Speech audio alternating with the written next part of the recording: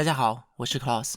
这些天全中国都在讨论成都49中男生坠亡的事件，这件事情暴露了中国当下非常多的社会现象。在这里，我们借助这次事件发展的经过，把这些社会乱象一一揭露出来。这些现象都不是个例，而是非常普遍的。我们在这里会引用大量的相关事件，给大家展示一个另一面的中国。我们先快速说一下案情。在5月9日母亲节这一天，成都的一位母亲失去了儿子。母亲在学校求真求实、至善至美的校训背景下，抱着儿子的遗像哭泣的画面非常的讽刺。校方只是告诉他儿子自杀坠亡，但是学生坠亡的疑点重重。首先，林某当时被母亲送去学校不到1个小时，林某说是高高兴兴送去的，而且当天凌晨儿子还跟他发短信：妈妈，节日快乐。平时林某也没有任何问题，阳光开朗，缺少自杀的动机。第二，林某在坠楼2个小时后，救护车才赶到，将近3个小时，学校才通知林某的家长。家长赶到之后，并没有见到孩子的遗体，而遗体已经被送往殡仪馆，有消息称已经被火化。在中国，案发后抢尸体火化是个普遍现象。恰巧就在这2天，湖北一高空作业的吊篮失控，2名工人死亡，事后家属被围殴，尸体也被抢走。第三，学校第一时间不给家长看监控，到了第2天才给看，但是却恰恰缺少了事发那1小时的监控。中国有世界上最多的摄像头，但是在关键时刻却频频损坏。光是在最近的1年，就发生过多起监控损坏的事件。就在上个月，重庆一15岁女孩坠亡，监控看不了；湖南娄底一学生坠亡，监控缺失。再往上1个月，广州一男生被体罚至睾丸破裂，家长被告知监控不能看。去年10月，北京一17岁女孩坠亡，监控损坏；江西一15岁女孩坠亡，监控遗失。去年9月，宁波一16岁女孩坠亡，监控损坏；山东莱阳一16岁女孩坠亡，监控缺失。中国号称科技强国，却连硬盘数据都修复不好，而正相反，在淘宝上花个几十块就能找到修复各种各样损坏的硬盘数据。林某在微博上发文称，一直以来都是本本分分的良民，相信政府，相信党。这种新闻看过很多，却没曾想到有一天会发生在自己身上。这就是中国大多数的岁月静好一族的心态，对于社会的不公视若不见，为权贵唱赞歌，甚至是帮助打压受害者发声，就是因为觉得这种事情不会发生在自己身上。第四，网传学生坠楼的地点是教师办公楼，在事发之后，学校以喷洒农药为名禁止学生开窗。有该学校的人士爆料，跟学校的领导有关。事件发生后5月11日，官方进行了通报，然而通篇废话，没有公布视频，没有公布照片，没有公布任何判案的细节，而是直接给了一个结论。对于网友热议的这些疑点问题，一个都没有进行解答。成华区政府教学督导姜女士表示，至于我们官方的回应，他们满不满意那是另一码事。这完全就是当年中国政府发言人面对中国高铁脱轨几十人死亡，向全国人民回应的一模一样。不管你信不信，反正我是信了。完全一样的手法，毫无掩饰的草草了事。中国官方面对事故都是这样的态度。粉红和绥靖们经常说哪里都一样，确实哪里都会有事故发生，但是事后政府对待问题的态度会大大影响事故发生的频率。处理事故追究责任不到位，草草了事，也就是说犯罪成本低，出了事不用负责，那么同样的事情必然会再次发生。面对官方的说法，林某表示并不认可，但是人民日报却转发了官方通报，并说家属对调查结果无异议。官方的通报自然也不能让广大网友满意，家长和想知道真相的公民在学校的门口集合，悼念林同学的同时，追求学校给个说法。但是很快警方出动，先是把林某抓进了学校，然后又逮捕了队伍前面的很多人，有很多公民记者被警察殴打，手机和相机都被没收。同时网络上也开始封杀，林某的微博也被封号了，很多网友的相关讨论都被删除，在网络上甚至出现了用英文和日文交流此次事件的现象。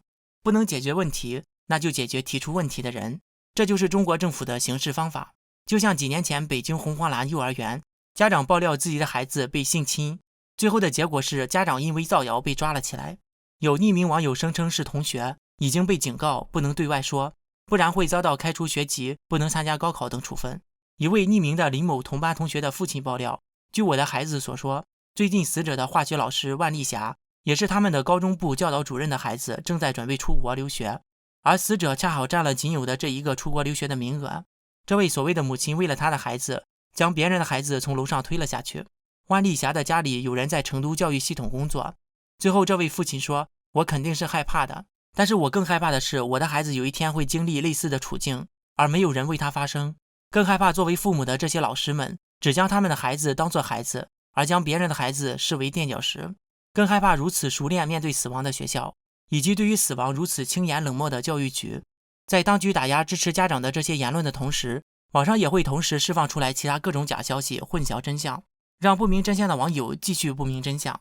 比如很多人又拿境外势力来做挡箭牌，在中国一出事就说是境外势力搞的鬼，这也是普遍现象。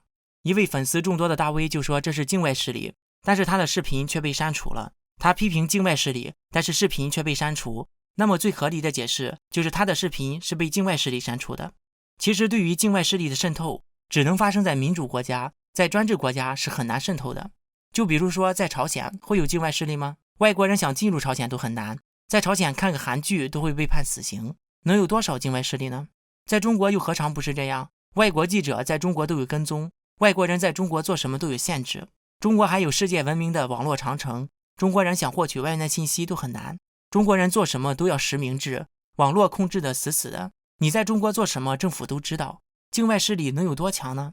在一个专制国家拿境外势力做挡箭牌本身就讲不通，只能中国渗透美国，美国无法渗透中国，这是两国体制决定的。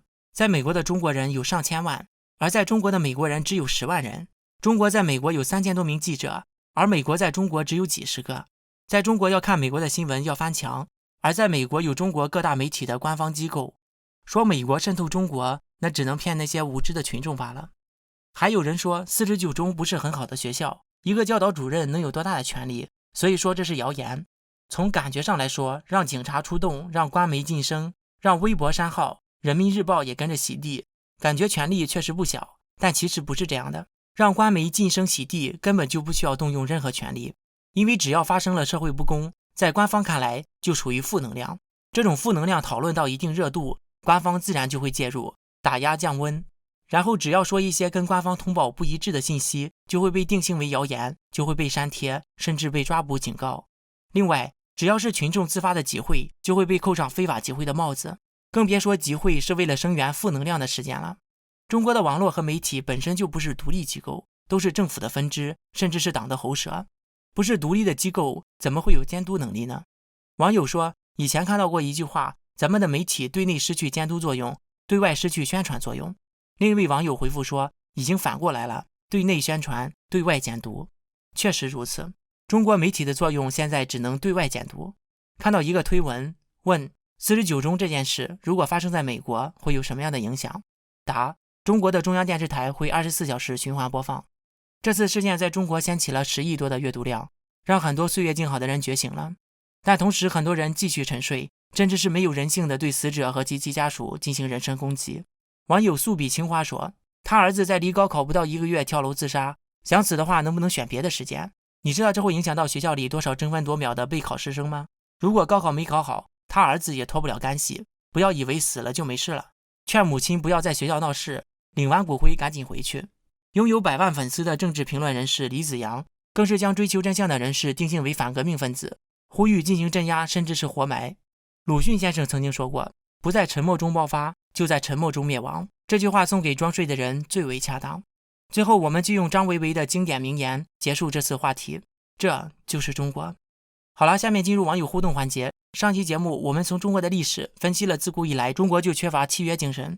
网友邪恶组织说，有一个国叫他小国吗？他又那么辽阔，叫他大国好了，但他偏偏没那个气度，没办法，只好叫他中国，你看多合适。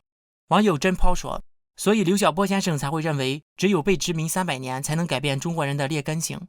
网友暗夜灯火说，看完这一期想到一个可能不太相关的事，但是对我造成的影响非常巨大。我叔叔在我上初中的时候送了我一把瑞士军刀，特别精致，我当时非常喜欢，走到哪里都揣着。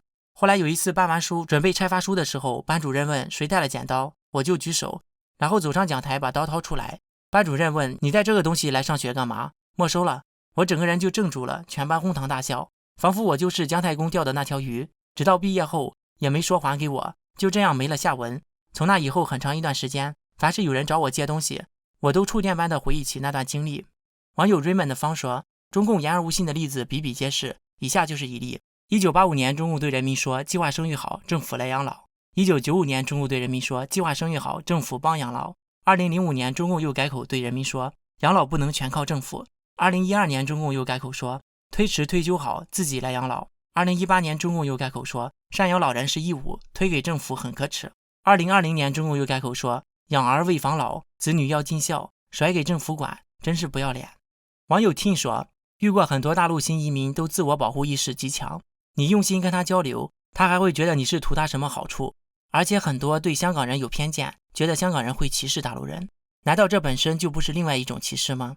还有就是极度的利己主义，别人死活关我屁事，毫无情义可言。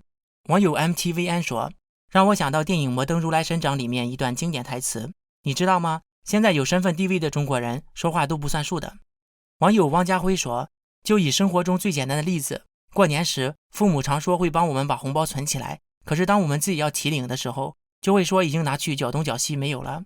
网友宋伟军说，在中国工作时有人教我开会不要讨论事情，要饭桌上讨论，这才是管理能力，现在想想都是屁，饭桌上讨论简直是不认账的最佳舞台。还听过规矩定了都是用来破坏的，遵循的都是傻子。起先我觉得没那么糟，但真的都是一个个主管和领导带头破坏约定，原来我一直被当傻子。好了，本次节目就到这里，感谢点赞、订阅、留言和分享，我是 Klaus， 我们下次再见。